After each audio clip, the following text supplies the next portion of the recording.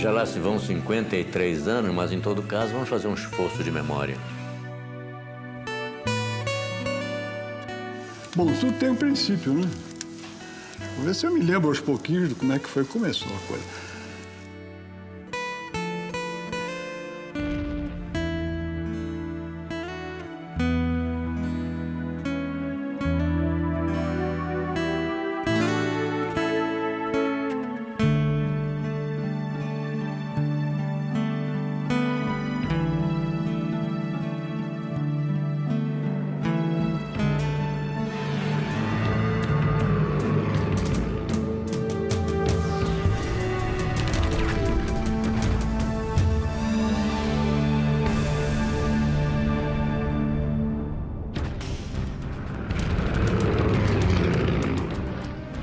Em 1942, a dura realidade da guerra na Europa se mostra para os brasileiros como acontecimentos de uma terra distante.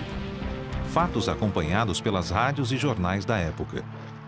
A juventude que ingressava na escola militar tinha apenas um sentimento no peito: concretizar a tão sonhada carreira.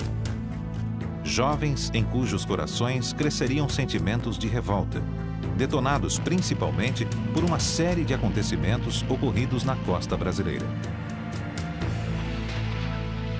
Houve uma sucessão de torpedeamentos de navios nossos. E o povo nas ruas exigia uma reparação a essa agressão totalmente descabida, com perdas inúmeras de vidas valiosas, vidas brasileiras.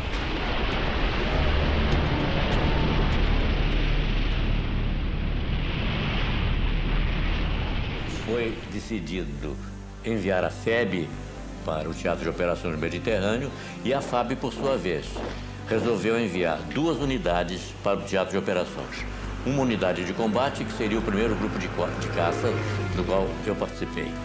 E a primeira esquadrilha de ligação e observação, que era integrada na FEB. Era uma esquadrilha que trabalhava com artilharia divisionária da Força Expedicionária Brasileira.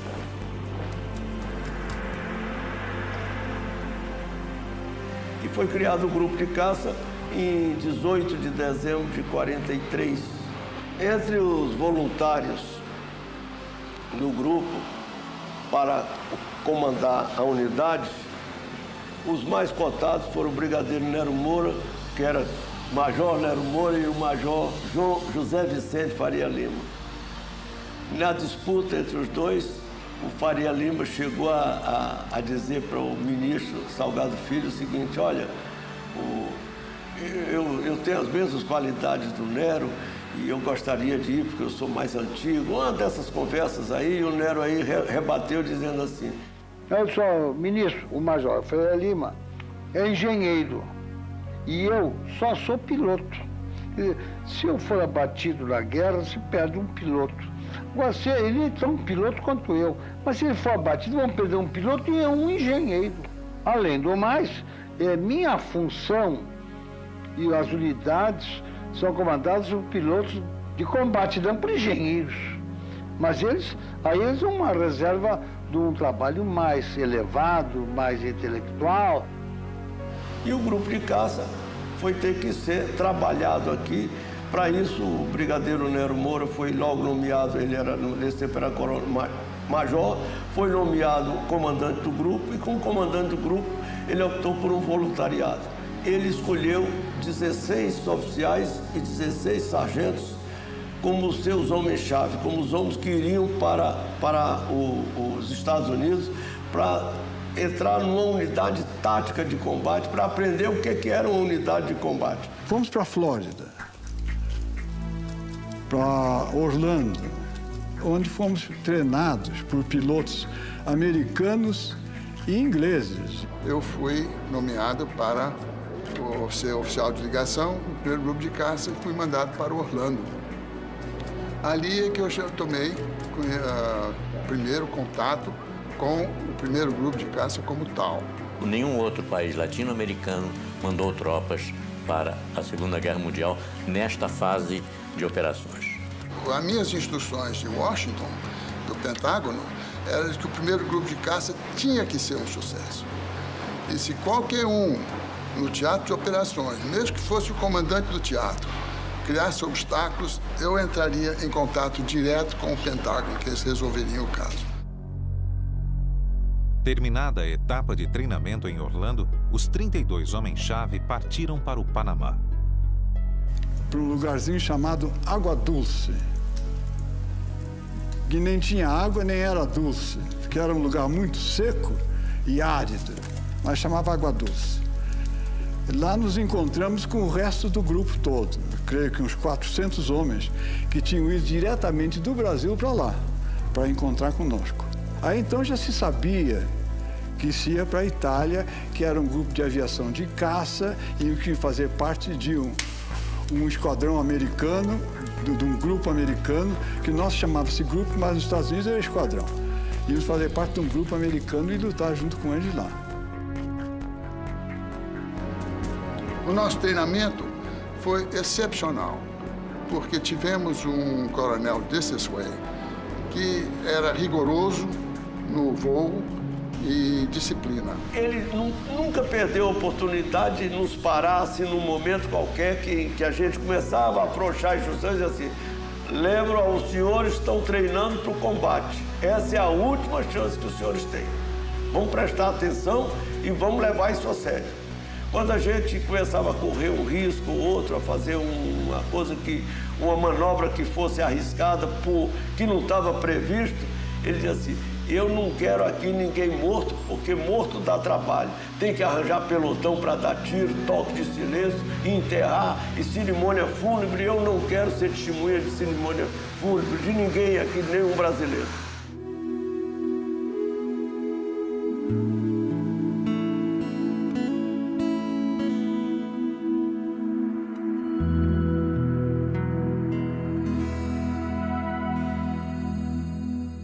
E o voo era encerrado às 12 horas. Daí nós íamos para o rancho, onde havia uma grande dificuldade de assimilação à comida americana. A comida horrível. Um certo dia, o This Way veio falar comigo. Está havendo um problema muito grande, porque os pilotos não estão prestando atenção, eles não estão seguindo os voos, não estão conseguindo me acompanhar. Eu disse, olha, coronel, eu acho que talvez seja a comida. Mas, enfim, havia necessidade de se comer e, aos poucos, todos foram se habituando. Daí, o nosso apelido de avestruz, que tudo que davam para nós comíamos. Era aquele bando de gente, assim, com aquele cap branco, assim, parecia mesmo avestruz. E comendo as coisas mais disparatadas para o brasileiro lá.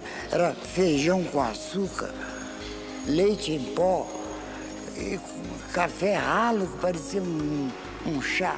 A comida americana aqui não é do gosto deles. Era a falta do feijão e da carne seca. Brasileiro que não come feijão e carne seca, não tá bom dos nervos. Então, o Nero pediu e foi uma remessa de comida nossa, né? E então, o grupo se reanimou e voltou à normalidade. Terminado essa nossa primeira fase de treinamento, nós embarcamos no Canal do Panamá, no navio, e, atravessando o Golfo, fomos com destino aos Estados Unidos. Embarcamos num trem e fomos para a base Suffolk, onde, então, entraríamos em contato com o nosso famoso P-47. Ele foi transformado em caça-bombardeiro.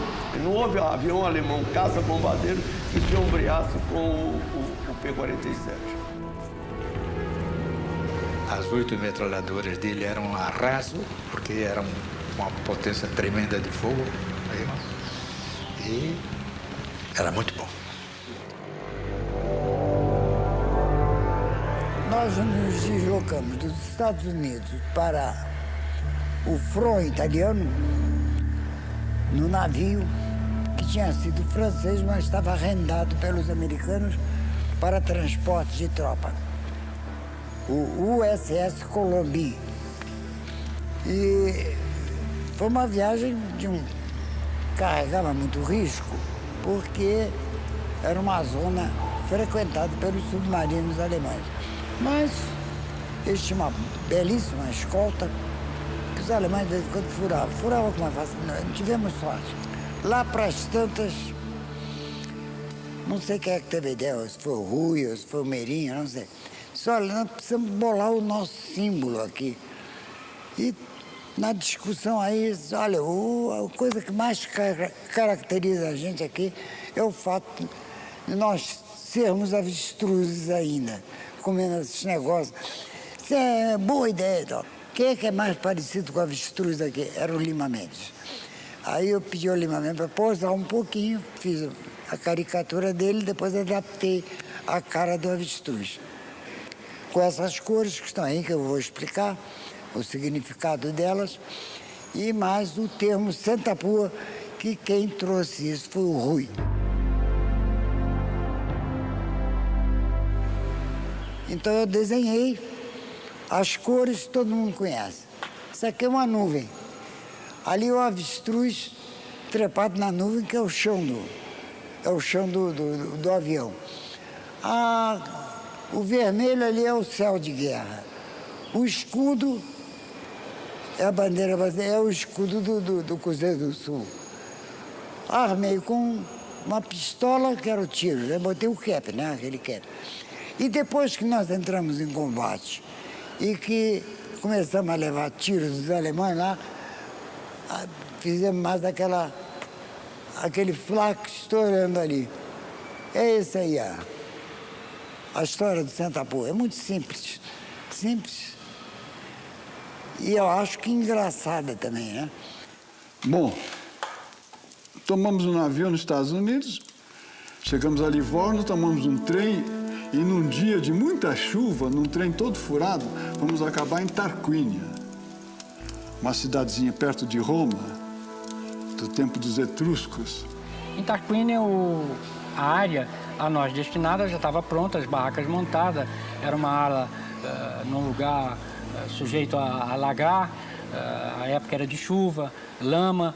Nós olhamos, mas como é que nós vamos acampar ali? Conclusão, eles nos deram uma lagoa. Bom, então o que aconteceu? Aconteceu que nós armamos as barracas dentro da água mesmo, né? Então, claro, depois, com o passar do tempo, nós transformamos o acampamento, drenamos aquela água e abrimos valas e valetas, etc. É um período muito triste, foi aquela nossa chegada. E nós também já sofremos aquele impacto da guerra, porque antes era tudo treinamento, agora nós estávamos na guerra, propriamente dita, né? A guerra na Europa em outubro de 44 se caracteriza pelo embate de diversas frentes aliadas, que pouco a pouco empurram os alemães para a Europa Central. Ao mesmo tempo, estrategistas aliados optam por manter os combates contra os alemães entrincheirados no norte da Itália, pois, do contrário, as divisões inimigas poderiam sair da Itália e ir reforçar as frentes oriental e ocidental da Europa, comprometendo e certamente estendendo todo o desenrolar do conflito no velho continente. Enquanto isso, resta ao povo italiano do norte pôr esperança nos exércitos aliados e aguardar o momento de ter a mesma sorte que seus irmãos do sul, serem libertados do jugo nazista. Quando nós chegamos na Itália, nós encontramos a guerra, vamos dizer assim, academicamente, na segunda fase do combate, que era a interdição do campo de batalha. Não permitir que o inimigo trouxesse suprimentos para a linha de frente, para a linha de bombardeio, para a terra de ninguém, para a bomb line, um lugar onde era de um lado era o lado amigo, de outro lado era o lado inimigo. Nós fomos treinados para fazer a guerra total, principalmente a obtenção da superioridade aérea. A obtenção da superioridade aérea é avião contra avião, é destruir o avião, o inimigo no ar, para a gente poder ter liberdade de manobrar na terra. Chegamos na Itália, essa fase já estava realizada. As estatísticas comprovam. A porcentagem de perdas em ataques a objetivos no solo é muito maior do que nas missões de escolta ou interceptação. No combate aéreo, luta-se contra um inimigo em igualdade de condições. No ataque ao solo, o avião está vulnerável, em linha reta de bombardeio, restando ao piloto aguardar o momento certo de soltar suas bombas e recuperar a altitude, escapando como pode da artilharia antiaérea. Quando eu cheguei, fui me apresentar ao coronel Nilson, que era o comandante do 350. Aí ele falou em inglês comigo. This is the first time I have had my squadrons all together in one location. And I have not asked for this group of South Americans. I don't necessarily want them here, but I don't want any problems with them. Aí eu retruquei em inglês também para ele, dizendo, Colonel, one day you will be very proud to have had this Brazilian fighter squadron under your command, because you do not know what they are or how they are. At the time they arrived, naturally, it was a big question mark for us, as it would be with anybody. They were coming in new. We had no idea what their capability was. We knew they were well trained, but what kind of fighters they would be, we didn't know. And so we held our opinions and waited to see what would happen.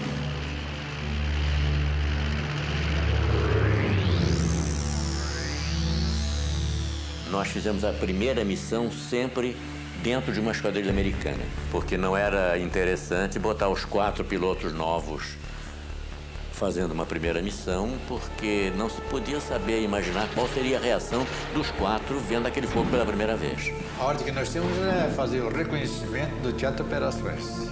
Eu acho que eu fui um dos primeiros a voar, não me lembro se teve alguém antes de mim, não, mas eu sei dizer que eu fui dos primeiros a voar. E aí foi um espetáculo para mim, porque as luzes incandescentes tomaram conta do meu, assim, do céu, eram as traçantes, né? Eu pensava assim, Joel, entre esse aqui e outro lá, tem mais 4 balas que estão no meio aí, entendeu? E me acertaram. Acertaram 2 balas, entendi, no meu avião. E eu posso dizer que não posso me esquecer dessa missão. É natural, né? A primeira missão é o batismo de fogo, como se diz. Eu me recordo que eu suava demais. Na recuperação, eu puxei com tanta força que a máscara chegou a descer do rosto. Não é questão de ter medo, é questão de ter preocupação, de cumprir a missão e defender o nome nosso da FAB, que estava lá, porque eu era um dentro de 3 americanos. Então eu não podia fazer feio. Eu era o número 4 de uma esquadrilha de 4 aviões americanos. 3 eram americanos e eu lá atrás. Lógico que na minha cabeça é tudo que o seu mestre mandar, fazeremos tudo, né? Tinha que ser assim, com medo de me perder lá. Era a primeira vez que eu saía para o combate. E o alvo até era meio velhaco. Os partisanos tinham dito que dentro de um túnel em Gênova havia mantimentos e munição, não sei o quê. Então o comandante, que se chamava, por coincidência, Captain Brasil. Quando chamava Brasil, eu respondia, ei, então não era eu, era ele. E então chegamos lá em cima do túnel, ele mergulhou, jogou a bomba dele lá dentro do túnel, veio outro, mergulhou. Quando chegou a minha vez, o túnel tinha passado já. Aí eu tive que fazer assim para pegar o túnel. Quando eu fiz assim, bati com a cabeça no canopi lá em cima. Eu digo, poxa, eu não sabia que eu era tão ardoroso assim. Eu nasci para caça. Isso aí foi velhaco. Aí foi embora. Na volta, nós estávamos em Tarquínia ainda.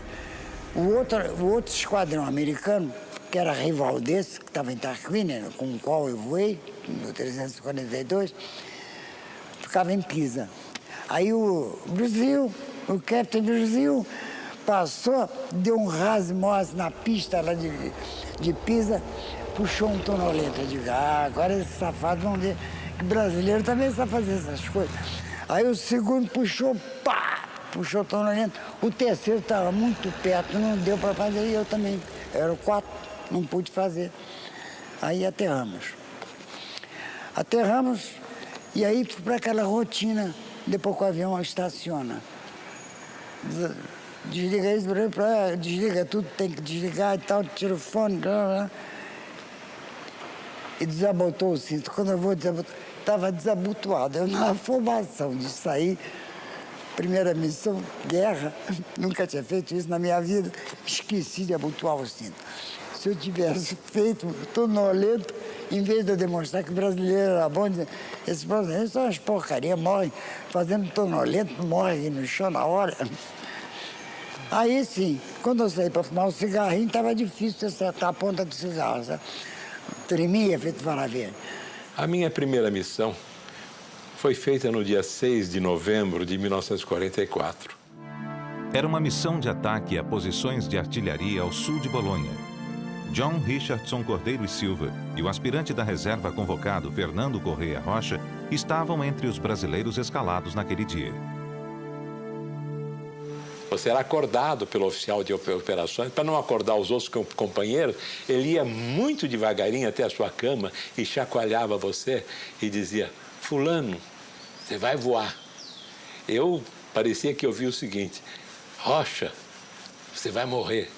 Eu voei como número 4 da esquadrilha comandada pelo Major Gable. O Cordeiro voou como número 4 da esquadrilha comandada por um capitão Watson, é Watson. Ele atacou o objetivo, a esquadrilha de trás, ela se distanciou um pouco para fazer o ataque, o objetivo era a mesma zona. A antiaérea já começou em cima da primeira esquadrilha, que era o Gable, né? Eu, quando mergulhei, era o número 4, eu mergulhei e soltei minhas bombas. E até hoje eu estou para saber onde é que foram as bombas. Na recuperação, a esquadrilha, que eu era o número 4, não recuperou para o alto, mas quase que colou no solo e começou a pegar alvos logo ali perto de Bolonha. E eu fui seguindo, atirando no que eles atiravam, né? Sem ter muita noção daquilo que eu estava fazendo, né? Logo em seguida, pelo rádio eu ouvi a seguinte conversa: ele já foi, he's gone. E aí um perguntava: who is gone? Aí a outra voz respondia: I think that was the Brazilian. Eu acho que foi o brasileiro. Aquilo, na minha mente, foi como se tivesse uma coisa assim, estourado uma bomba dentro de mim. E eu, então, quando eu vi it was the Brazilian, como éramos dois brasileiros, eu até tive instintivamente, uma reação de me apertar. Eu estou vivo. Então foi o Cordeiro que morreu. O Cordeiro foi abatido. Ele era do C5. O assistente do mecânico, quando viu que o avião não regressou, chorava feito criança. Então, para ver a emoção que tinha os mecânicos na esperança do regresso do seu piloto e do seu avião. Bom, morreu o Cordeiro, demos uma Adelphi para ele, tomamos um pileque de vermute, que era a bebida que nós tínhamos no acampamento. Sentimos a morte dele cantando, brincando, como ele representou para nós, porque ele foi no Panamá, foi nos Estados Unidos e estava sendo do grupo. De forma que a primeira missão foi apenas para sentir como era de fato o negócio depois que o pano subisse. Que não era mais conversa nem briefing, era para valer.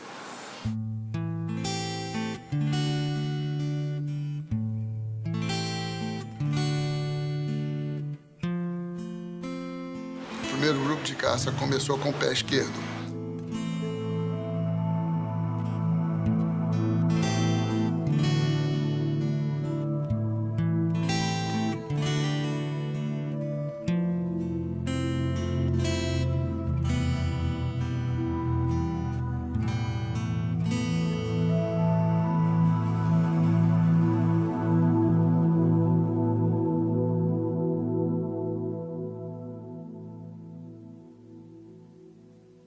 Aí eu suponho que o coronel deve pensar, meu Deus do céu, o que foi que veio cair aqui para cima de mim? Em todo caso, começamos a voar. Começamos a chegar e dizer, destruímos isso, bombardeamos isso, acertamos esse alvo. E o americano começou a perguntar, ué, essa turma que chegou agora já está fazendo isso tudo e a nossa aviação não está fazendo nem metade disso? Como é que pode? Bom, a experiência do Correio foi o seguinte, é a diversidade de voo. Então nos dá uma experiência maior do que daquele voo de rotina de instrução somente.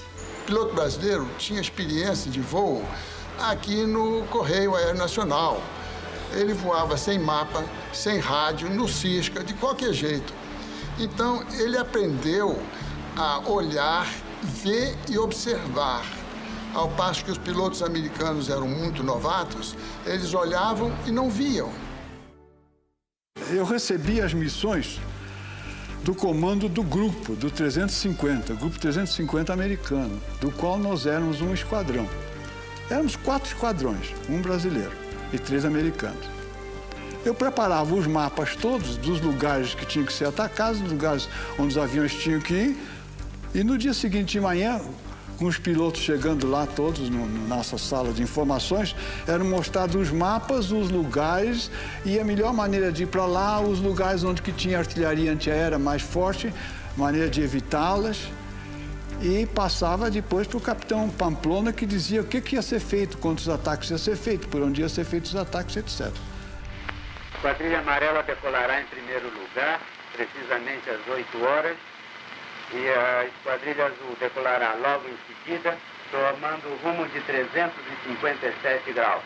Foi escolhida esta rota por não passar por lugares muito defendidos por artilharia antiaérea. As missões eram normalmente de bombardeio picado. Bombardeio picado é uma operação em que o avião mergulha sobre o objetivo determinado até uma certa altura e dali ele lança as bombas sobre aquele objetivo. É chamado de picado porque o avião representa uma atitude de piquet. Após o ataque, a Esquadrilha Amarela se reunirá ao sul desta cidade e a Esquadrilha Azul ao norte desta outra cidade. E logo depois, quando acabava o bombardeio, era feita uma segunda fase de procura de alvos de oportunidade.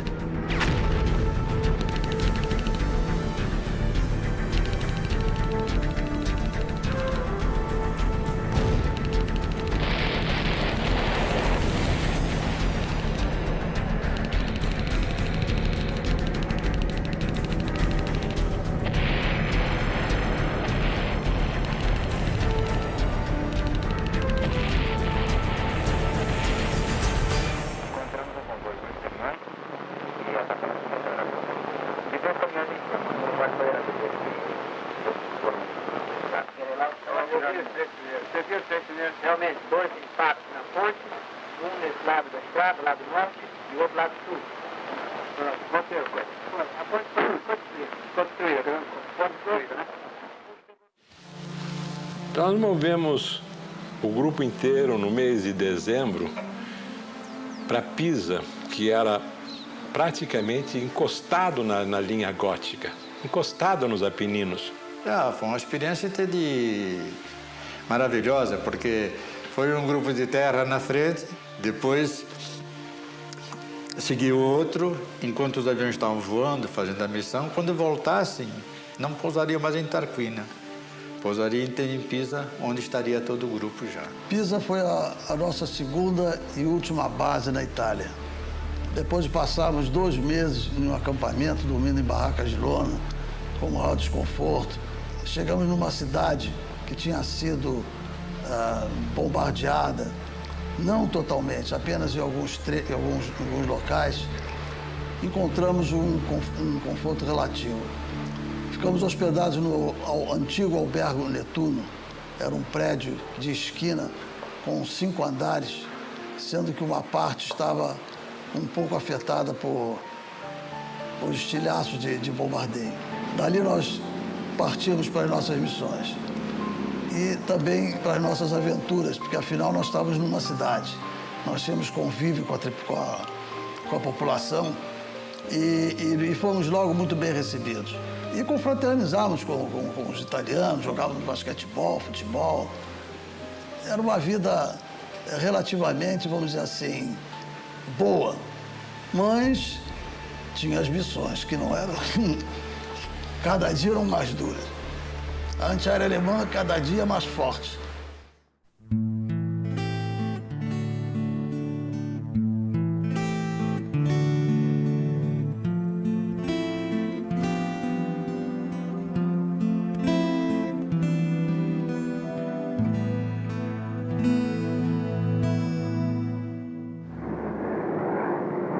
Levamos o nosso microfone ao lado de uma pista no aeródromo na Itália, de onde decolam os aviões da FAB, para apoiar as forças terrestres aliadas aqui na frente italiana.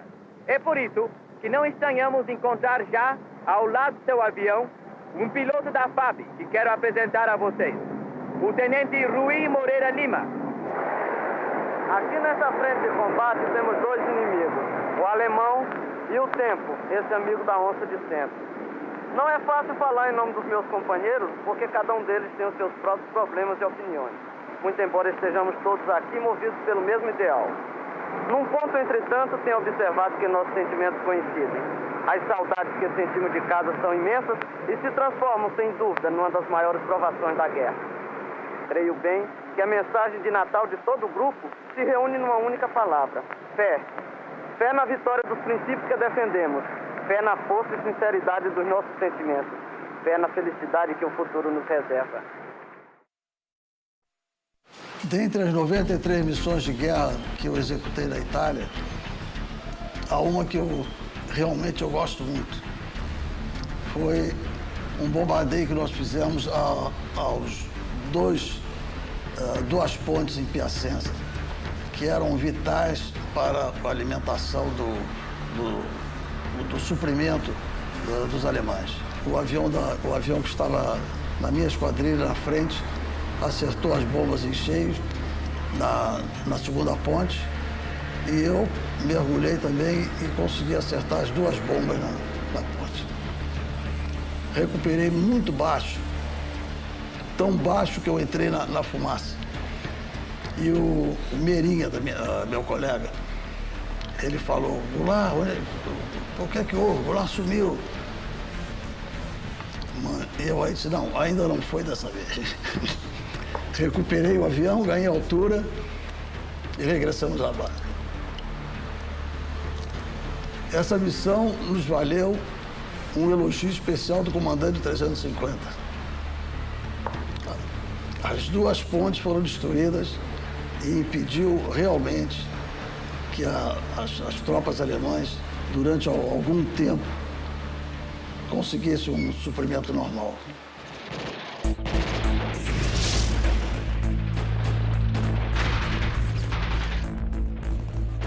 E eu me recordo de uma missão que nós realizamos em Monte Castelo. A FEB fez 3 tentativas para subir lá, tomar conta do morro, do Monte Castelo. E numa dessas missões, nós fizemos com bomba incendiária. A esquadrilha era comandada pelo Lagares. Eu era o número 3 dele. E eu me recordo que em cima do morro, as trincheiras estavam todas feitas, o que dificultava justamente a subida da tropa brasileira.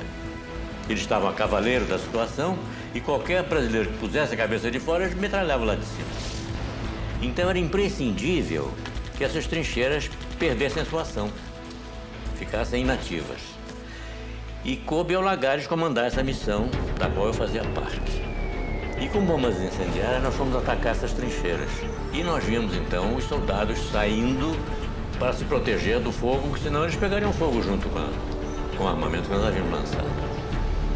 E essas trincheiras nós conseguimos desativá-las todas nesse ataque. Então a FEB conseguiu subir.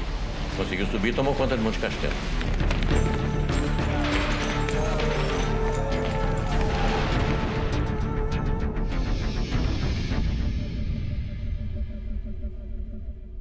Levei tiro de todo jeito, todos nós. Não é vantagem nem desvantagem. Aconteceu com todos nós. Não é mais coragem e menos coragem. São ossos do ofício. Entende? No início, os pilotos mandavam a gente fazer muito zigue-zague para evitar antiaérea. Depois, a experiência vem e a gente verificava que o projetil do chão para 12 mil pés levava mais ou menos 10 segundos. Então, a gente ficava na reta e contava 1001, 1002, 1003. Quando chegava a 1008, mudava de rumo. E, normalmente, a antiaérea explodia ali e não acertava. Quer dizer, o 88 realmente só nos acertava numa casualidade ou num tiro de sorte.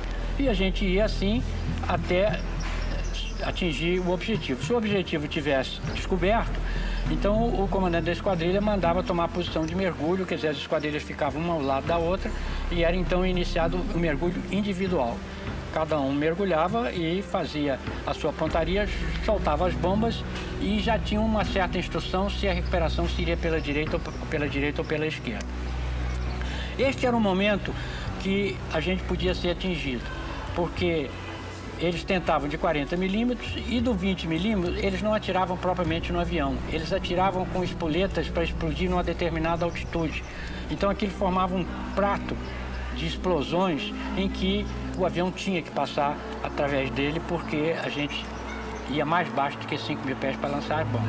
Cada um levava lá a sua, ou escapava, ou pegava pequena, mas de uma maneira geral eles acabavam acertando alguém. O que se fazia sempre era colar no chão. Porque, veja bem, as armas antiaéreas estão sempre em pontos altos. Torres de igreja, colinas, essa coisa. Então, se você colar no chão, é colar de cortar grama. Eles param de atirar, porque eles atirariam neles próprios.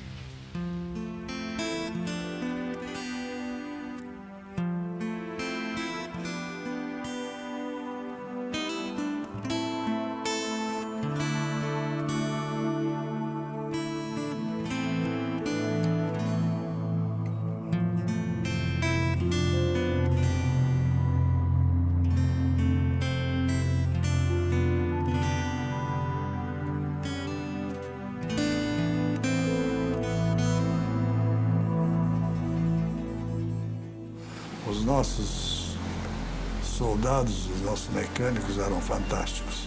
E levava 3 dias a manutenção. Pois bem, sabe quanto tempo nós fazíamos? Numa noite. Agora, mas como? Pode fazer, porque levava 3 dias, que era o mecânico e o assistente que fazia a inspeção. Entretanto, quando veio para o hangar, todos aqueles elementos mecânicos do grupo, por exemplo, do Flight C, todos iam ajudar. Lá, uma bela tarde, tive uma comissão de inspetores americanos examinando os meus aviões. Eu era chefe de uma esquadrilha, a esquadrilha C. E havia um livro para reportagem dos defeitos apresentados nos porta-bombas e nas metralhadoras. Pois bem, um dia essa comissão me apareceu lá e começou a me olhar, e, sem conversar comigo, olhar o avião e ver o nosso trabalho. Depois de algum tempo, o avião saiu para a missão e então o chefe da comissão veio falar comigo. O senhor é o chefe da equipe? Eu disse, sou. Por que o senhor não anota defeitos apresentados no material de armamento? Eu disse, por quê? O senhor não apresenta defeito nenhum, como é que eu vou anotar? Mas não tem defeito? Não. Como é que o senhor faz para não dar defeito nas metralhadoras e nos porta-bombas? Eu não faço nada, faço apenas manutenção do material. Pronto. Aí eles saíram de boca fechada e foram embora. Nós tínhamos 25 aviões e estavam sempre disponíveis 23. Eles diziam, como é que vocês conseguem? É simples, é um ajudando o outro. Prosseguindo na estatística cruel de perda de 3 por mês, nós perdemos 2 pilotos no dia 4 de fevereiro. Foi o Joel Miranda e o Danilo Moura. Foram abatidos lá em Castelfranco, próximo a Verona, a cidade de Romeu e Julieta, e foram acolhidos por partisãs, os 2. Cada um diferente, em lugares diferentes, porque o salto de paraquedas foi feito a muito baixa altura e eles não se encontraram mais, só se encontraram no final da guerra. Aquela missão, entende, foi uma missão, vamos dizer, devia ser pacífica e calma, porque o Vale do Pó todo estava coberto de serração. Aí estava voltando. Quando, numa outra abertura de serração, viu? Eu vi um trem embaixo. Aí eu desci, viu? Digo, já foi estreifado, não vou tirar. E comecei a subir. Quando eu comecei a subir, viu? Eu fui atingido e o avião começou a pegar fogo. Bom, os tiros penetraram, o avião começou a pegar fogo, entendeu? Então, aí entra a fumaça, entende, na cabine, imediatamente. E eu, o que eu fiz? Eu vou saltar de paraquedas. Quando eu fiz isso, fui sair na tangente, mas o fio do meu fone ficou preso. Então, fiz um braço de alavanca e meu pé foi para cima, viu? Foi para cima e eu fiquei de cabeça para baixo e desci para cima do avião. E naquele momento eu digo, vá para a fuselagem. Eu digo, não, Joãozinho disse, não, senhor, não. Então eu mergulhei de lado, viu? E com esse braço eu empurrei meu corpo para longe do avião. Tá, de cabeça para baixo assim, né? Então, tá. Quando eu saí da fumaça e fui abrir o paraquedas, tá tudo em verdadeira grandeza. Quer dizer, na realidade eu estava a uns 400 metros. Porque o paraquedas mal abriu, ouviu? No primeiro galeio, eu entrei no chão e entendi de cara. Perdi os óculos, falei tudo, aqui entendi de cara no chão. Mesmo porque eu já estava com esse braço inutilizado, só tinha o braço direito funcionando. No fim do salto não tive ajuda nenhuma, viu? Eu apenas fui ajudado por um camponês que ele disse, eu escondo o seu paraquedas. Eu tive sorte porque aquela serração que eu tinha encontrado na minha missão, ela durou mais 2 ou 3 dias, entende, sobre o Vale do Pó. E os alemães não poderiam fazer o que eles fizeram depois. Fizeram o circo para achar 3 pilotos, um americano, o Danilo e eu. Aí comecei a sair, né? Comecei a andar. No fim de algum tempo, que eu cheguei na casa de uma mulher, bati, né? E disse a ela água. Ela olhou para mim, fechou a porta e né? Eu continuei andando mais um pouco. Uns 100 metros depois, entendeu mais, eu não posso avaliar, foi um menino, né? 12 anos, mais ou menos. E ele olhou para mim assim, eu digo, ei, bambino. Eu disse, quero água, disse para ele. Ele disse, vem comigo. Eu me lembrei que as instruções, óbvio, era que os partisanos, quando ajudavam, eram por intermédio de uma criança. E bom, está de acordo com o figurino, né? Então eu continuei andando. E ele me levou na casa dos pais dele. E então, quando o pai chegou, ouviu, podia ser 10, 11 horas da noite, não sei, não lembro. Ele conversou comigo. Ele disse, então eu vou buscar um inglês que está foragido aqui nessa região para poder tirar você daqui. Ele já está cansado de beber vinho, acho que está ficando de pileque quando chegou o cara, né? Ele disse, o inglês está aí fora. Bom, está na esquina do lado de fora da casa. Eu peguei minha pistola, armei, saí.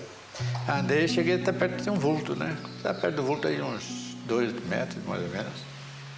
Eu digo, você que é o inglês? Ele me respondeu, eu sou soldado do 8º Exército.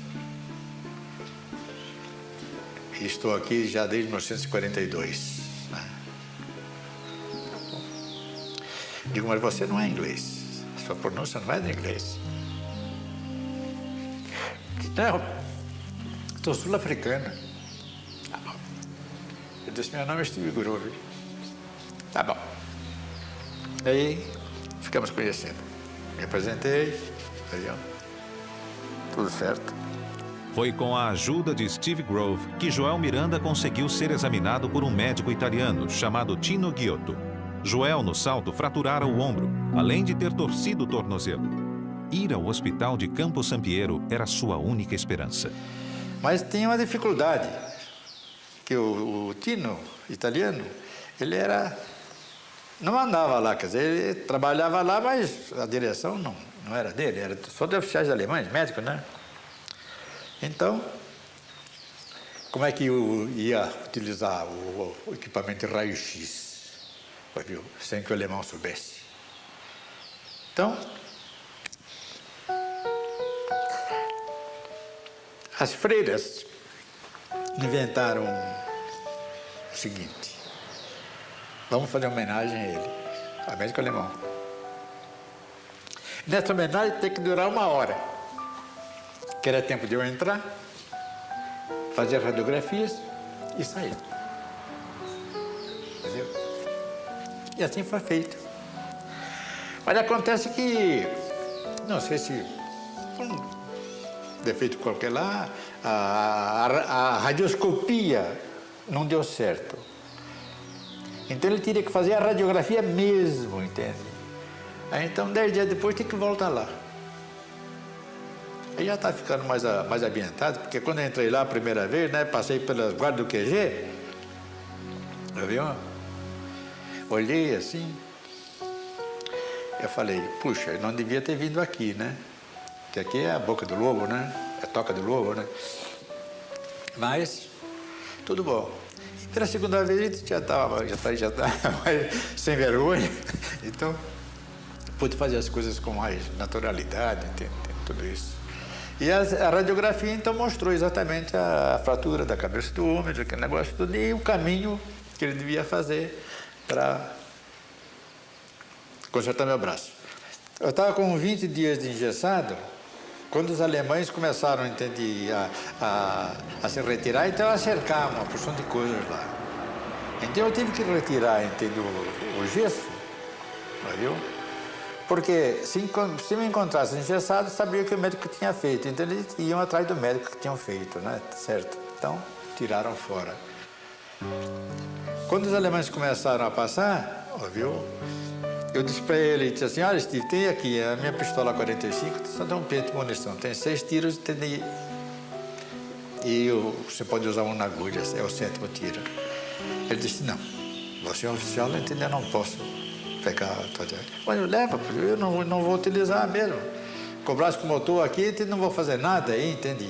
Mas acompanhava os partisanos atacando as tropas dos alemães, né?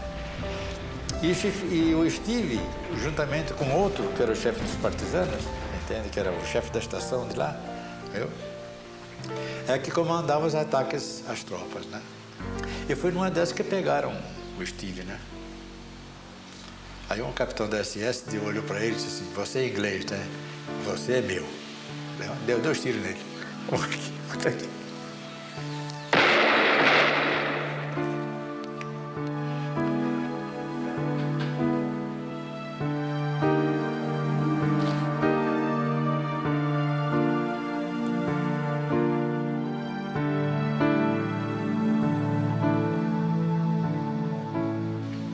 Bom, acabada a guerra, eu estava lá com umas famílias de partisanos. Depois nós voltamos para a base. Voltando para a base, eu fui lá no Serviço Secreto Inglês, né?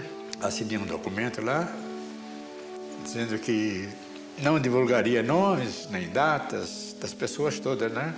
Que tinham me ajudado. Danilo Marques Moura decolou como ala de Joel Miranda para atacar uma ponte ferroviária e encontrou forte barragem de antiaérea. Atingido junto com seu líder, Danilo saltou de paraquedas e iniciou uma incrível jornada a pé pela Itália ocupada. Fez tudo errado com relação àquilo que nós havíamos ensinado em informações. Tudo que se havia dito, não faça isso, não faça isso, não faça aquilo, ele fez tudo ao contrário. E chegou às linhas amigas e se salvou. Ele, quando contou essa história, e nós todos ouvindo essa história, enquanto Danilo, magro, 10 quilos mais magro, 10 quilos que emagreceu em um mês, ele desmilinguiu-se. Nessa época, nós tínhamos recebido no Teatro Municipal de Pisa, que os americanos mudaram o nome para o Teatro Thunderbolt, nós recebemos a Real Ópera de Roma. Nós ouvimos essa história e eram de tal maneira fantástica, que nós, então, olhando um para o outro, dissemos, isso vale uma ópera. Vamos fazer uma ópera, vamos. Quem era o cara que tinha capacidade para fazer isso? Perdigão. E fizemos uma ópera em 5 atos. A Fuga de Danilo Moura. É claro, influenciado por aquelas áreas e aquela coisa toda que ainda estavam nos nossos ouvidos, né? E aí juntamos, primeiramente, Perdigão, que fez grande parte do libreto da ópera, Luiz Felipe Perdigão, o Rui Moreira Lima e eu, a parte musical. E nessa escapada, nessa fuga, ele cometeu tudo que contrariou todas as regras de fuga que existiam. Mas fez isso conscientemente. E às vezes o sujeito brinca, pô, o Danilo era errado, foi fazer... Não, senhor, ele foi muito ladino, ele foi muito esperto. Aviatori que faz bombardamento, matando gente, trazendo luto. Adesso sia paracaduto, ma gli italiani têm bom sentimento. Aí ele partiu, em vez de ir pelas estradas vicinais ou pelos campos, ele saiu pelas estradas principais, pedindo cigarro para alemão, procurando as casas bem sucedidas. E ele então pedia água. Então pedia, per piacere, voglio un bicchierino di acqua o vino, sono sfolato per la guerra. Dal bombardamento de un'altra terra. Ele fazia isso porque a figura dele estava, de fato, deplorável. Ele estava machucado, estava ferido, qualquer pessoa teria pena. Ele contava uma história de cobertura dessa, mais por gestos do que por palavras, porque ele estava com a boca muito inchada. E alguns italianos o acolhiam sem a carteira de identidade, outros não aceitavam a história dele, brigavam com ele, não, para fora daqui, eu não quero via. Então, na ópera, nós fizemos isso mais ou menos da seguinte maneira. A pessoa que ele se aproxima na casa pergunta da carteira de identidade. E ele diz que não tem carteira.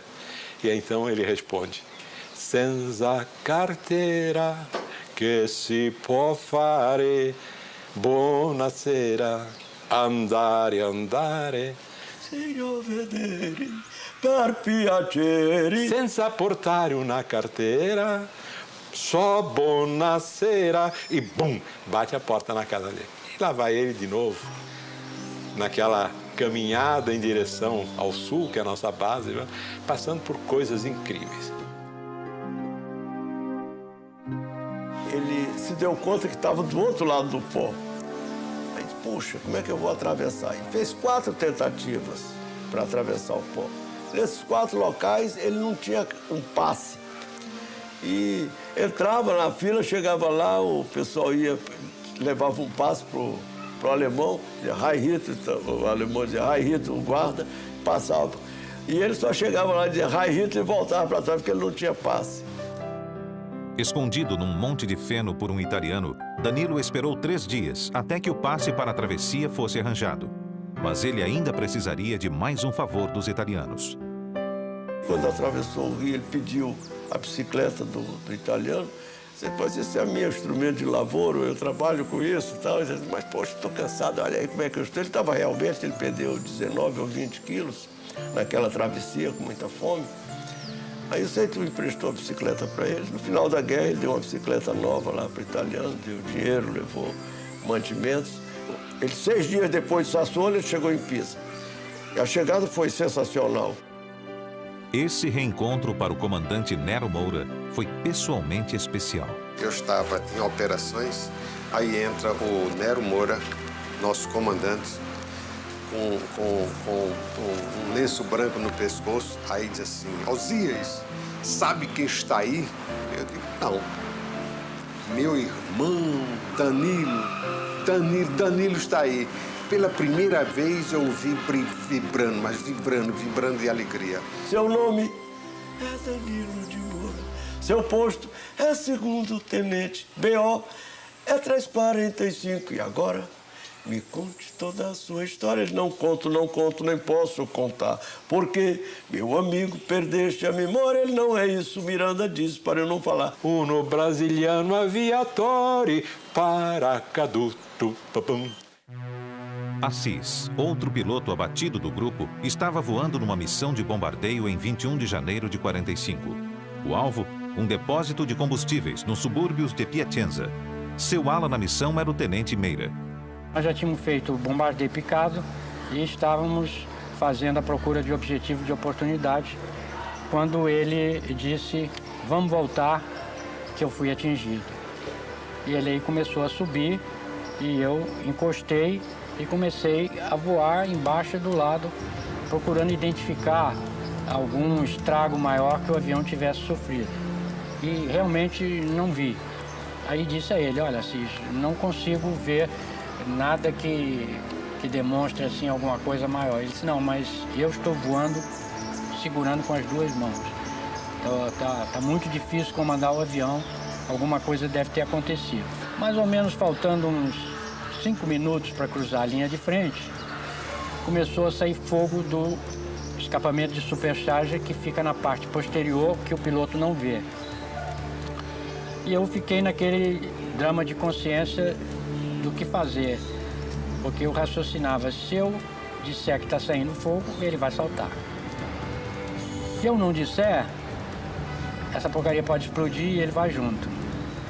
Aí eu resolvi falar e disse para ele, assim, está saindo fogo no supercharger. Ele disse, aí eu vou saltar.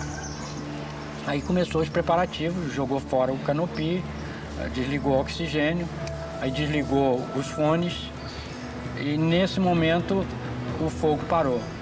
E eu quis avisar ele, mas ele não ouvia mais. Aí eu não tive outra alternativa a não ser ficar olhando o que ia acontecer. Assis, capturado, foi encaminhado a Frankfurt, sendo por diversas vezes interrogado. Em especial, o interrogatório com um padre alemão que havia morado 16 anos na Bahia. Conforme treinamento, respondia apenas nome, número e posto. Ele apenas não contava com a tortura psicológica na forma de um simples envelope que lhe fora entregue. Dentro estavam uma carta, um ticket de cinema de Pisa e um dog tag, a plaqueta de identificação do tenente Medeiros, que fora abatido ao atacar uma locomotiva e permanecia desaparecido. A primeira notícia que chegou é que ele teria saltado de paraquedas e estava salvo. Tivemos notícia deles através de uma rádio alemã, que diz que ele estava prisioneiro.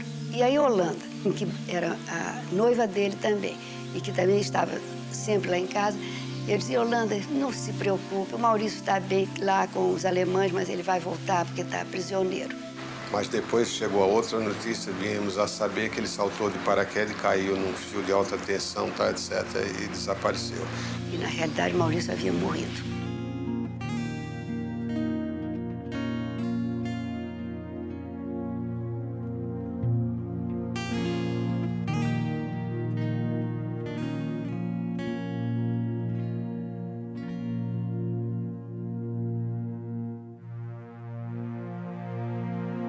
Em 18 de fevereiro de 45, Assis foi levado com mais 400 prisioneiros para o campo de Nuremberg. Só a 3 de abril de 45 foi que Assis encontrou o também prisioneiro Otton Correia Neto. Ao nos avistarmos, cumprimentamos, essa coisa toda, ele perguntou pelos companheiros como é que estava a situação, como é que estava o Meira, como é que estão os amigões dele, né? Mais íntimos. Esquecendo até meu nome. Aí eu notei que ele estava atacado de alguma coisa, né? Porque estava sangrando nas gengivas, que era uma avitaminose, com consequência já do seu mês e pouco de prisioneiro antes de mim. Correia Neto fora abatido ao experimentar foguetes de 105 mm pela primeira vez dentro do grupo de caça. Ao pedir autorização para experimentar os foguetes na nossa base, eu recebi a negativa interessante do comando americano, que eu experimentasse no inimigo. Não tinha foguete para experimentar aqui, não. Tem que se experimentar no inimigo. A minha dúvida era o seguinte, que, como eu hoje sei, depois da experiência, que o alcance do foguete para você chegar, a distância é boa, essa distância é muito próxima. Ao atirar 1, 2, 3 vezes, eu fui atingido antes. Levei um tranco no motor e parou de estalo. Fez aquele silêncio e eu só tive a solução de recuperar o avião numa posição de fugir do tiro e lá em cima jogar fora o canopy, aqueles elementos que me seguravam no avião, e levar o avião para frente, saltando depois da recuperação. Foi uma sensação naturalmente violenta, mas tem que fugir, tem que escapar dessa maneira. Saltei do avião e o resto foi esperar a queda do avião, que eu não vi mais, e retardar a abertura do paraquedas para evitar ser aprisionado rapidamente. Enfim, seguir as instruções que foram muito bem dadas e repetidas durante os treinamentos. Finalmente cheguei ao solo e dei um puxão forte e mesmo assim eu caí sentado violentamente sob o calcanhar e no chão. Chegou a turma e um guarda alemão armado me apontando a arma. Eu então fui obrigado a me levantar de mãos para o alto, e ele e um outro companheiro dele chegaram, me desarmaram e me conduziram preso para um quartel de alemães nas proximidades. Assim foi a minha chegada ao solo. Eu me lembro que na ocasião me perguntaram o que eu achava, que sensação eu tinha tido ao chegar ao solo. Eu tive a impressão que naquela época ainda não se falava nisso, mas eu tinha a impressão de que tinha caído na lua, pelo abandono que eu me senti na ocasião, isolado do meu mundo. No encontro em Nuremberg, Correia Neto falou para Assis que todos os prisioneiros seriam obrigados a iniciar penosa marcha de 180 quilômetros para fugir do avanço aliado. Com ele, especificamente, e com o Correia Neto, aconteceu um fato que é proibido pela Convenção de Genebra. Quando as tropas aliadas começaram a chegar, eles evacuaram esse campo para um campo mais à retaguarda, obrigando que os prisioneiros andassem 2 ou 3 dias e noites debaixo de chuva, o que é terminantemente proibido. Foi quando o Eisenhower fez até uma proclamação: se isso acontecesse novamente, eles começariam a matar prisioneiros alemães nos Estados Unidos. Durante essas marchas que fizemos, muita coisa aconteceu com relação ao comportamento dos prisioneiros e dos próprios americanos, companheiros que se faziam de enfermeiros para socorrer os outros. Quer dizer, esses andavam mais do dobro. Eles andavam, voltavam, davam remédios, voltavam para acompanhar os companheiros doentes. É uma demonstração de solidariedade, de companheirismo a toda a prova. Isso eu vi, não esqueço nunca mais. A 15 de abril de 45, entraram no campo de prisioneiros de Mosberg, a nordeste de Munique. A permanência em Mosberg foi até 29 de abril, dia que as tropas do general Patton invadiram a cidade. Houve umas rajadas de metralhadora que assustou, fez muita gente procurar abrigo e, em seguida, uma gritaria infernal, mas ao mesmo tempo alegre. Foi o que aconteceu quando as tropas ultrapassaram o campo e não se via mais guarda nenhum, todo mundo meteu o pé e nós ficamos felizes de ver no outro lado da cidadezinha de Mossberg a bandeira americana. No dia que ele chegou, eu fui recebê-lo lá no campo, né? Aí quando ele desceu do B-25, eu confesso que intimamente eu olhei para ele e disse assim, poxa, não deve ser tão difícil esse negócio de prisioneiro, porque ele estava gordinho, recheado, entendeu? Aí chegou e entregaram ele para os médicos, né? Uma semana depois, o homem estava emagrecendo assustadoramente. Aí eu ainda mexi com os médicos, pô, o cara vem gordo, o cara na mão de vocês aqui, vocês estão emagrecendo. Ele disse, Meira, estava inchado. Quer dizer, ele tinha tido piorreia, basite, tinha passado o diabo naqueles campos de concentração, não propriamente de maltrato. Há um engano muito grande ao longo dos anos. Aquilo que se vê no cinema, dos judeus e tudo aquilo era um problema estrito da SS do Hitler. As Forças Armadas não participavam daquilo. É claro que a vida era difícil, no lugar de dormir 10 tinha 40, não tinha comida, mas aquele tipo de atrocidade nunca foi.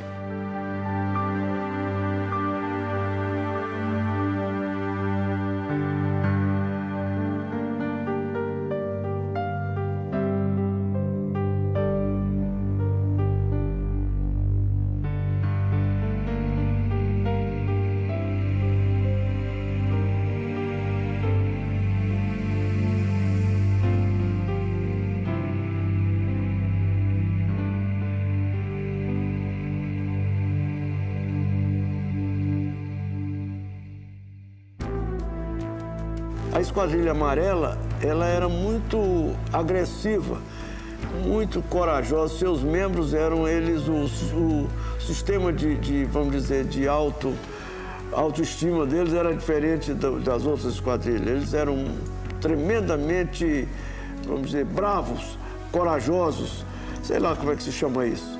Então, eles perderam essa esquadrilha toda. Caiu o Joel, caiu o Danilo, caiu o Dornelles, caiu o Medeiros, caiu o Brandini, caiu o Mota Paz. Acabou a esquadrilha, acabou a esquadrilha. Como não tinha piloto de recompletamento, passaram a ter 3 esquadrilhas só. E nós passamos com esses 22 pilotos a voar com 3 esquadrilhas. O problema do recompletamento na Itália vinha se tornando crítico. A perda era uma média de 3 pilotos por mês e vinha se acumulando desde o início das operações em novembro de 44. A minha impressão pessoal disso e pelo que eu vivi posteriormente é que realmente o Ministério não viveu a situação. Foi criado o grupo de caça, foi mandado e todo mundo ficou esperando. Ninguém tomou uma providência de continuidade da operação. Uma operação de guerra não é uma coisa que a gente decida, entre nela e saia fora. A gente tem que dar uma continuidade, tem que haver suprimento de material e tem que haver ressuprimento de pessoal, que é o recompletamento. Sem isso, a unidade simplesmente para. A minha turma foi a última que terminou o treinamento de P-47 nos Estados Unidos. Quer dizer, a questão pessoal é mais de frustração de não ter conseguido aquilo que desejava. Não veio o recompletamento, nós aí passamos a voar mais. Voando mais, nós nos tornamos veteraníssimos. E no final da guerra, as 2 últimas semanas da guerra, também não é mil panos ser brasileiro, não. Era obrigação nossa. Nós enxergávamos muito mais do que os americanos, que eram rapazes que tinham 250 horas e estavam entrando em combate. Quer dizer, eles não tinham a obrigação de ter aquela experiência que nós tínhamos, e nós tínhamos. Até abril de 45, os alemães estavam localizados na linha gótica. Com a melhoria do tempo, quer dizer, com a primavera, a chegada da primavera em abril, o comando do Teatro Mediterrâneo determinou que fosse desencadeada uma ofensiva contra os alemães, que ficou chamada Ofensiva da Primavera. Já era evidente para todos nós que o final estava muito próximo. Os alemães já estavam na correria, já tinha sido rompida a linha de frente, o americano aprofundava a todo vapor, mesmo largando o alemão para trás. O que ele queria era chegar no Passo do Brenner para fechar a saída, de maneira que a gente contava que estava por poucos dias. Houve a convocação dos comandantes de unidades de caça, lá na sala do 350, do coronel Nils, que era o nosso comandante operacional, e ele disse o seguinte: olha, nós vamos fazer entre 6 de abril e 29 de abril um esforço máximo. Esse esforço vai constar de 44 sortidas diárias. Virou-se então para o coronel Nero e disse: olha, Nero, os seus rapazes já chegaram ao limite da resistência humana. Eles não precisam mais fazer esse esforço, inclusive porque vocês só têm 22 pilotos e eu não vou exigir que um piloto de vocês faça 2 ou 3 missões por dia. Aí o Nero respondeu: não, eu não vou. Eu vou, antes de tomar essa decisão, eu vou consultar o meu pessoal, meus rapazes, o pessoal de apoio e os pilotos. Nós estávamos ali voluntários e não, brigadeiro, coronel, não vai se fechar o grupo, não. Seria uma vergonha para o Brasil se aquele grupo de voluntários fechasse. Por que fechou? Fechou porque não tinha mais voluntário, quando não era verdade. Aqui estava cheio de voluntários. Então, nós topamos. Começamos a ofensiva da primavera, nesse mês de abril. Foi um mês duro para nós, a beça, porque os 3 pilotos da estatística foram perdidos. Foi perdido o Dornelles, morto em combate, o Santos, morto em combate, e o Coelho, prisioneiro de guerra, foi ferido em combate, o Pessoa Ramos. O saltou de paraquedas, o Goulart, em território amigo. Foi uma festa como em termos de esforço de guerra e perigo e baixas. Nós sofremos muitas baixas. Decolamos e já era uma daquelas missões, embora ofensivas, sem alvo predeterminado, porque já era no recuo e na fuga dos alemães. Então o Dornelles decolou, passou sobre La Spezia, o porto de La Spezia, e subiu no eixo ferroviário que ia finalmente dar lá em Milão. O Dornelles saiu da esquadrilha, nós estávamos voando baixo porque havia uma cobertura de estratos baixos, saiu da esquadrilha e foi atacar o trem. O número 2 foi atrás dele, eu fui também, e o 4. Mas quando o Dornelles passou, ele já foi atingido na ida e já saiu pegando fogo, foi bater nos prédios da cidade. Logo adiante, eu ainda gritei para o número 2, entra sobre outro ângulo, tal coisa, papá, e nós não fomos atingidos. De maneira que foi uma triste fim de guerra para o Dornelles, e nós todos ficamos muito impressionados com aquilo.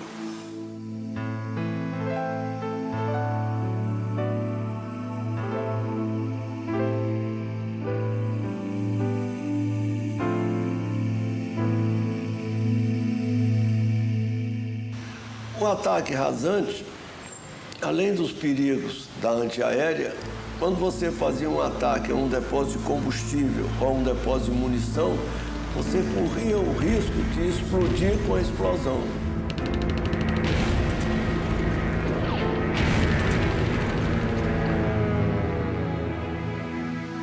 Porque uma coisa é ser abatido e a pessoa saltar de paraquedas. E outra coisa é você ver a pessoa bater no chão. Nós estávamos atacando uma área grande de depósito de munição. Para você ter uma ideia de grandeza, era uma área descampada, vamos dizer, de 500 por 500 metros, grosso modo, onde havia várias cabanas meio enterradas no solo. Então, essas cabanas, com a terra que eles tiravam do fundo para enterrar, deixar a munição lá embaixo, eles faziam mais ainda uma proteção para dificultar ataques a essas cabanas, a essas palhoças, e cobriam com palhoça e tal, para parecer que eram cabanas. E cada um de nós, então, mergulhava e atacava uma palhoça dessas, que era um depósito de munição. E o Santos, quando entrou no mergulho dele e deu no gatilho, na hora surgiu aquela bombinha atômica na frente dele. Porque por estar enterrada a munição, ela só podia explodir para cima. Então sai aquela língua de fogo com aquele cogumelo. E ele entrou nesse cogumelo com o avião dele. Não pôde desviar, porque ele deu esse tiro a 200 metros do depósito, 300 metros do depósito, não tinha como escapar. Então eu presenciei tudo. Ao sair dessa bola de fogo, Imagina a temperatura que estava. Eu não sei nem se ele já tinha morrido, não tinha morrido, mas devia completamente transtornado. O fogo era tanto, a temperatura tão alta, que quando saiu dessa bola de fogo, a asa direita dele se desprendeu como se fosse uma folha de papel. Foi... saiu. O avião entrou no dorso e foi descendo. Ricocheteou no chão e foi cair mais adiante só. Eu só pude saber mais tarde, depois de terminada a guerra, eu fui ao norte da Itália, a nordeste, digo, porque o coronel Nero mandou 3 expedições para o território inimigo recolher pilotos que tivessem saltado de paraquedas ou pilotos que tivessem morrido. E lá é que eu pude constatar, então, que o Santos, antes do avião bater, ele saltou do avião. Ele caiu, vamos dizer, uns 200 metros antes do avião bater no chão, no primeiro ricochete. E no segunda batida, então, é que o avião bateu, explodiu e fez uma cratera do tamanho dessa sala. Deve ter morrido na queda, é lógico, ou talvez já estivesse completamente desacordado, com temperatura, cego, talvez, não sei. É difícil dizer. Agora, eu constatei nessa oportunidade que os alemães não enterraram o Santos. Eles estenderam o corpo dele, cobriram com pedras e puseram uma cruz que eu trouxe, está em Santa Cruz hoje, na base aérea de Santa Cruz, com a placa de bronze, com os dados que ele tinha no dog tag, aquela identificação que nós tínhamos no peito. Eles puseram num bronze e puseram na cruz. Eu trouxe essa placa, tá aí. Então, aí é que eu vi que ele havia saltado do avião antes, porque eu não vi. Não pude, naquela afobação, vendo o homem morrer, é demais, não é? Não deu.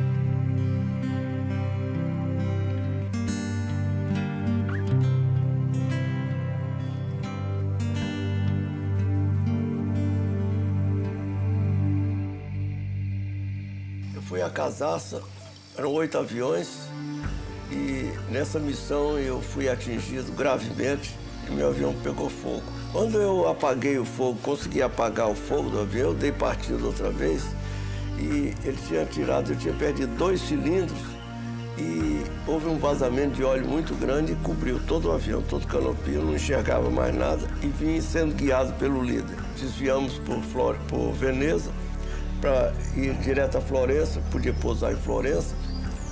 Nós tínhamos visto na ida, no briefing tinha sido apresentado um campo de pouso estreado ali, eu estava uma semana no teatro, de poloneses da RAF. E o lagarto perguntou, você quer pousar naquele campo que nós passamos, que assinalamos? Eu disse, quero.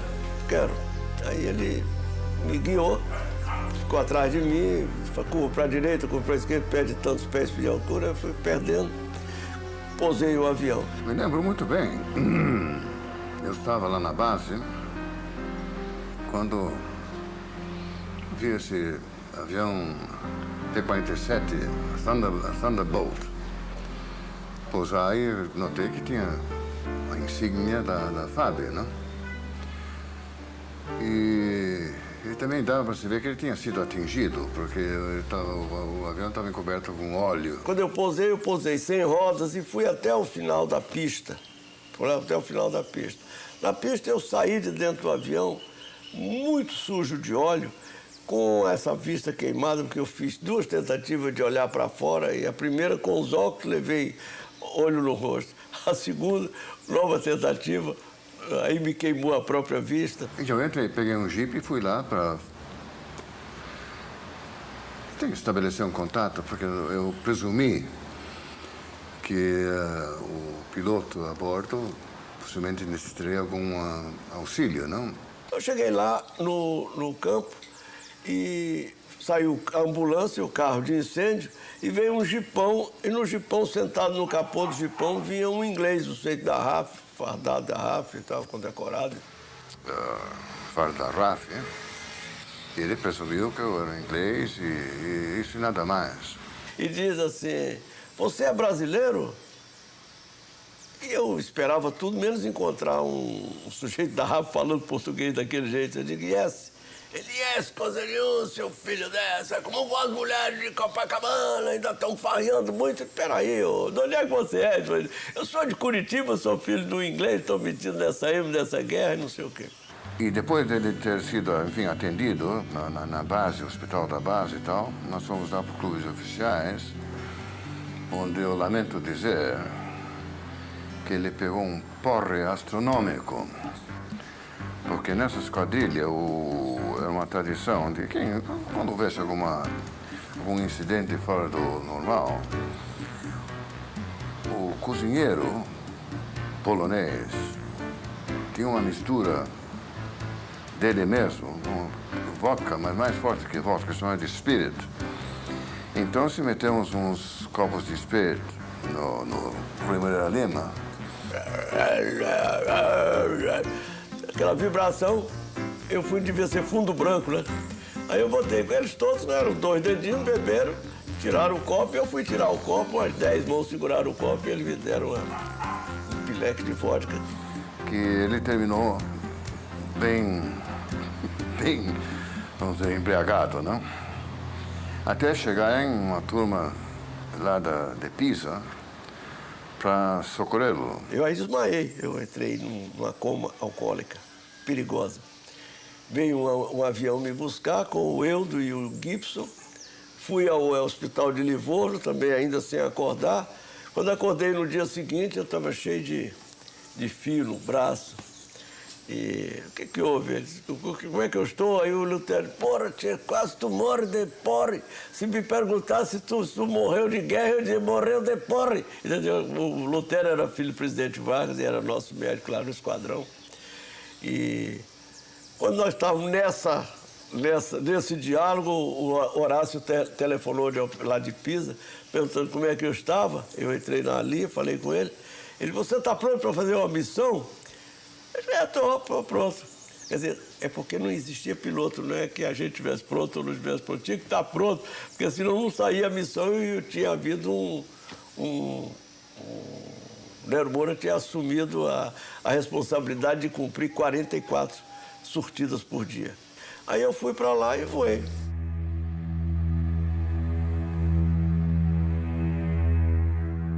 Os nossos pilotos eram de uma bravura e de uma garra tão grande que eles ficavam aborrecidos quando o serviço médico exigia a permanência deles em terra para um tratamento. 6 missões apenas, infelizmente foram 6, e deixei meus companheiros na incumbência de continuar fazendo as missões. Foi triste, porque eu sabia o risco que cada um estava passando toda vez que tinha que sair para a missão.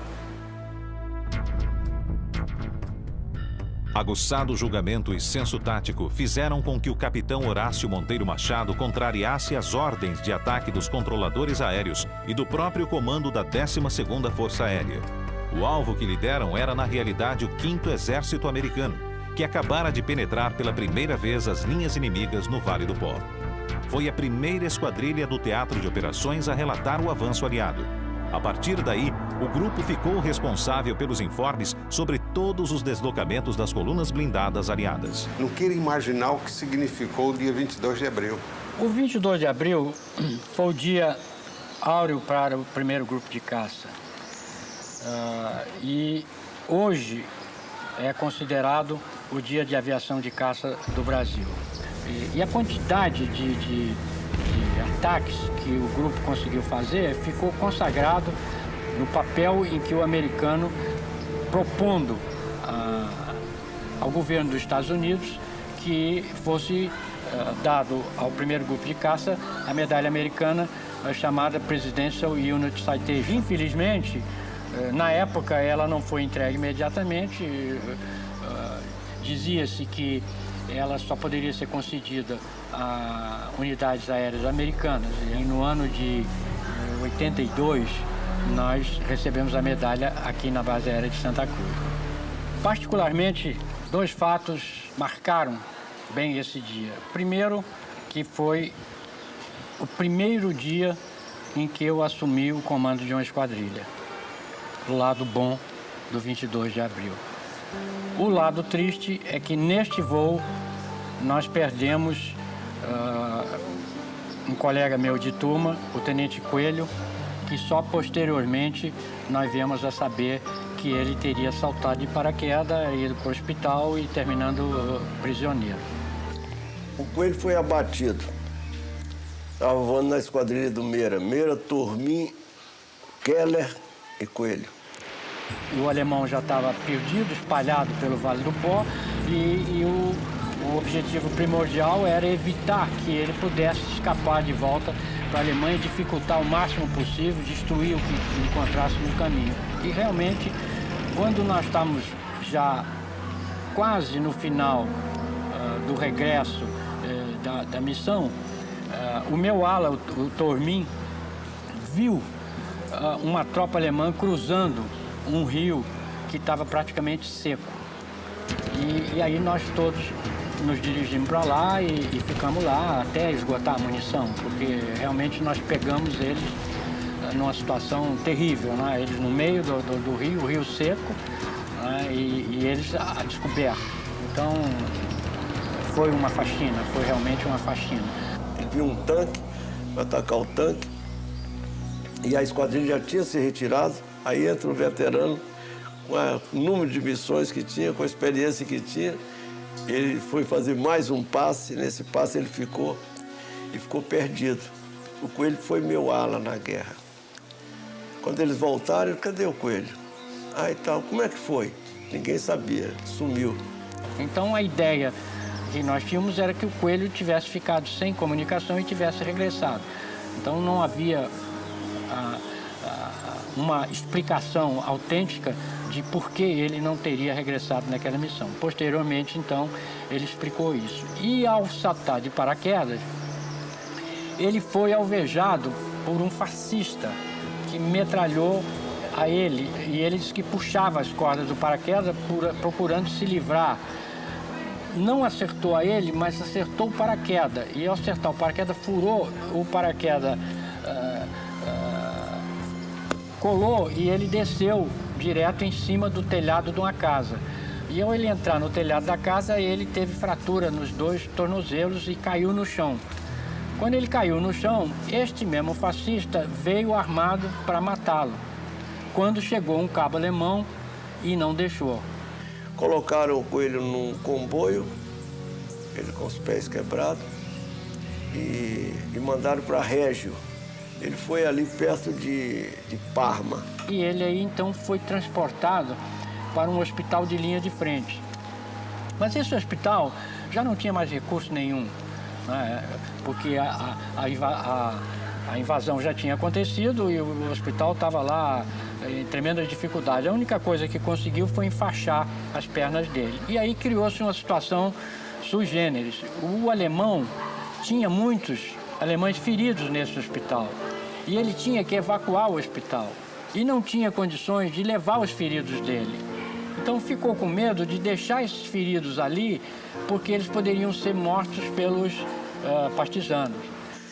E quando os partisanos vieram, ele partiu, deu a pistola dele, uma Luger para ele, ele ficou como simbolicamente o comandante do hospital. Desde que ele assumisse o compromisso de evitar que os prisioneiros alemães fossem atrocidades. E o que ele aceitou, é claro. E quando os partisanos chegaram lá para matar os prisioneiros, ele disse, olha, não vai matar não, senão eu vou reclamar da Cruz Vermelha e tal, eu sou brasileiro, sou oficial. Aí ele se explicou, ele falava também italiano, com ele era um poliglota também, falava italiano, falava inglês, falava francês bem. E explicou, e os italianos então deixaram os prisioneiros com ele. Quer dizer, ele permaneceu no hospital. Quando o americano, as tropas começaram a chegar, ele entrou logo em ligação e não só ele foi transportado para o lado, como também os doentes alemães foram protegidos de... Só aí, então, é que eu vim saber que realmente não tinha perdido um companheiro, apenas ele tinha ficado algum tempo fora da atividade.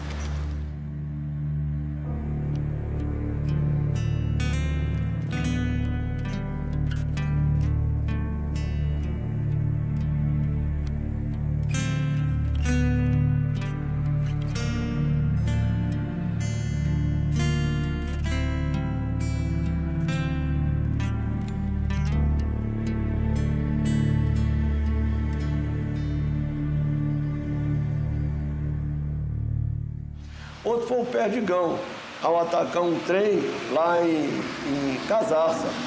Nós já havíamos praticamente terminado a missão e já estávamos regressando mais ou menos a 10 mil pés de altitude, quando o Perdigão avistou uma série de carros de estrada de ferro estacionados num pátio de manobra. E comentou: olha lá quantos carros, eu vou descer para atacar. Eu me lembro que eu ainda retruquei: Perdigão, eu acho que vai encontrar lixo, porque o alemão nunca deixou um vagão sequer num pátio de manobra, não é possível que essa quantidade, eu acho que tinha mais de 20 carros estacionados. Aí ele disse: não tem importância, mas eu vou lá para ver, você fica aí. Então eu fiquei como de cadeira cativa, eu e o Paulo sobrevoando e assistindo o ataque dele. Ele entrou no sentido longitudinal, que era comum, a gente atirando nos carros, dando aquelas rajadas curtas. E ele mergulhou e teve um pouco de sorte, porque começou a atirar ainda de uma certa distância. Então eu cheguei a ver aquela poeira se levantando das balas que atingiam o chão, quando repentinamente eu cheguei a quase que ter uma sensação que eu estava tremendo, que eu vi o chão quase todo dar aquela tremida violenta e todos aqueles vagões explodirem ao mesmo tempo. Uma coisa violentíssima. Todo mundo que estava voando no Vale do Pó chegou a comentar: olha lá, pô, chegou a fumaça a 10 mil pés de altura. Foi tão violenta que o Perdigão, não podendo mais sair, ele passou dentro do fogo da explosão. E no filme dele de combate, que ainda está lá no museu, aparece um pedaço de trilho de uns 4 metros rodando na frente dele. Se aquele trilho pegasse no avião, provavelmente ele não voltaria ao Brasil, ele ficaria lá. Aí nós encostamos nele e aguenta aí que você está indo bem. Ele aí começou a se recuperar, mas nas pontas da asa tem a parte que cobre as luzes, é de plástico, aquilo tudo derreteu. Uma parte imensa do avião ficou preto, foi um negócio escandaloso.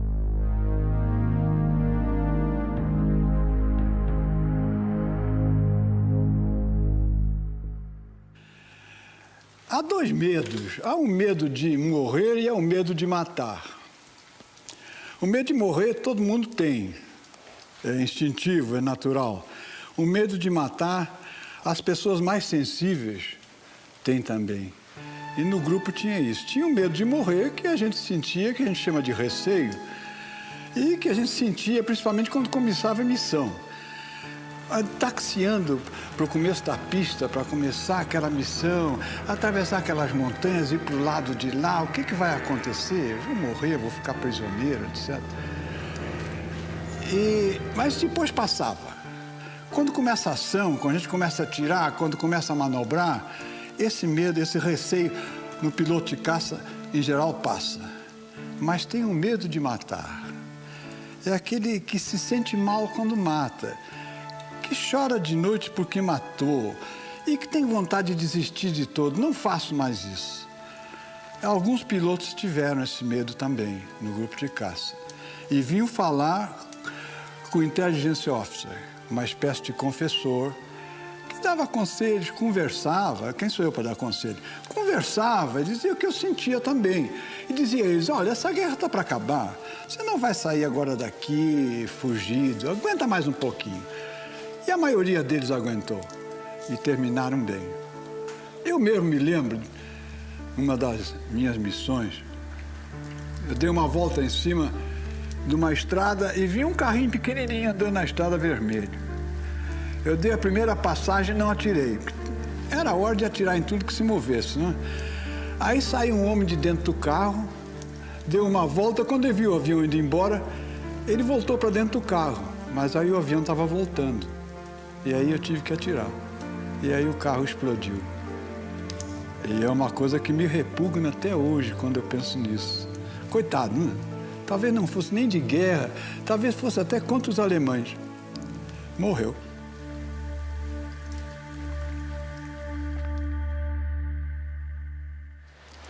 A proporção que ia se aproximando do fim da guerra,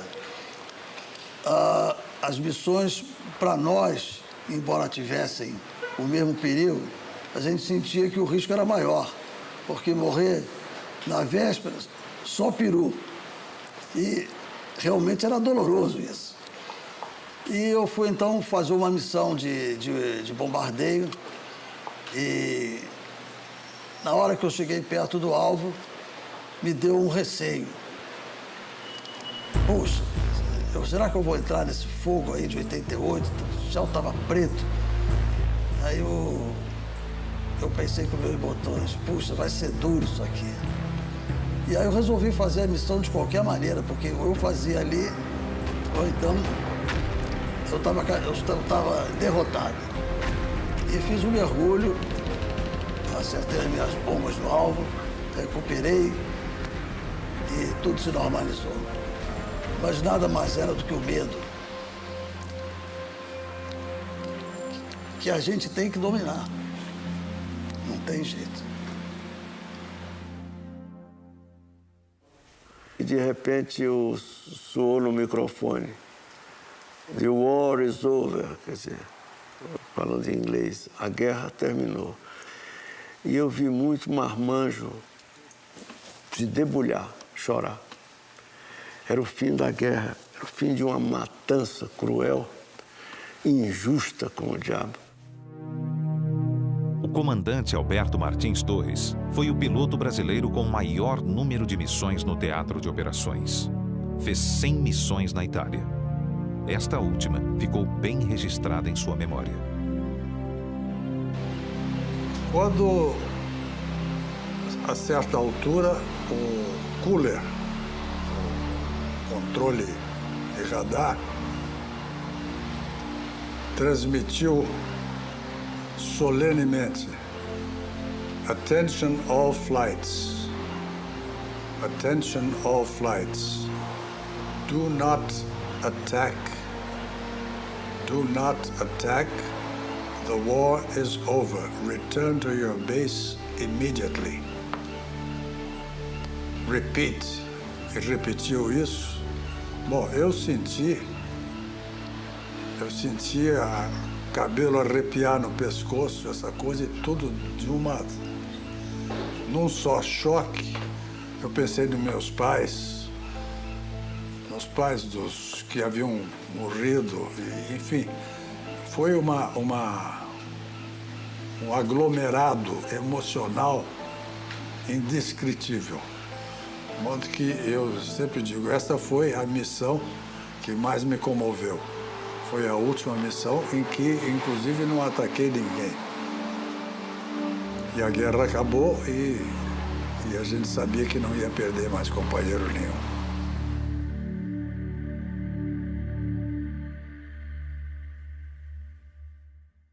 Todos nós estávamos ansiosos para regressar ao Brasil. Para o pessoal de terra e parte dos pilotos de caça, o retorno foi de navio, junto com o primeiro escalão da FEB, a Força Expedicionária Brasileira. Embarcamos no General Meigs. General Meigs era um navio de transporte de tropa, viu?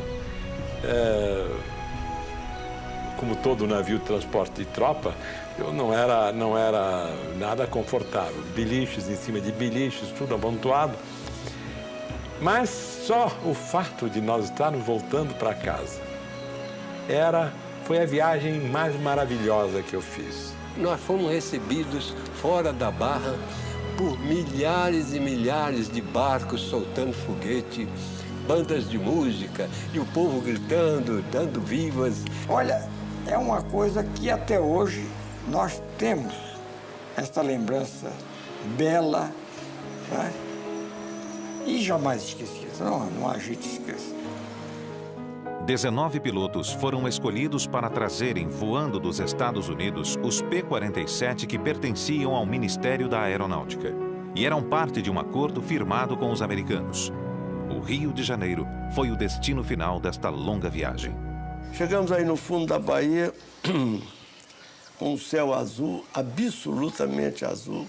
Cavu, não tinha uma nuvem, 16 de julho de 1945. Nós todos muito emocionados, sabendo que na hora que tocasse a roda no chão, nós tínhamos voltado, nós estávamos em casa. Foi assim uma emoção muito grande. E Nero Moura comandou o mergulho. Antes de ir para os Campos dos Afonso, ele resolveu fazer uma passagem pela Avenida Rio Branco, Enseada do Botafogo, subir o Pão de Açúcar, descer Copacabana, ali pelo Leme. Quando ele iniciou o mergulho, disse assim: vou até São Jambox, vou mergulhar e mergulhei. Aí ele baixou o nariz para baixo. Ninguém abaixo do edifício da noite. O edifício da noite era o edifício mais alto que o Rio de Janeiro. Aí só ele passou acima do edifício. Todos os outros passaram abaixo do edifício. Após isso, o esquadrão reuniu-se em formatura e fomos posar no Campo dos Afonso. Eu aí pisei forte com o pé assim, Batista, assim. Agora eu cheguei em casa. Agora eu tenho certeza que eu voltei. Aquilo foi assim uma coisa que me segurou assim um nó na garganta, como eu estou tendo esse nó aqui.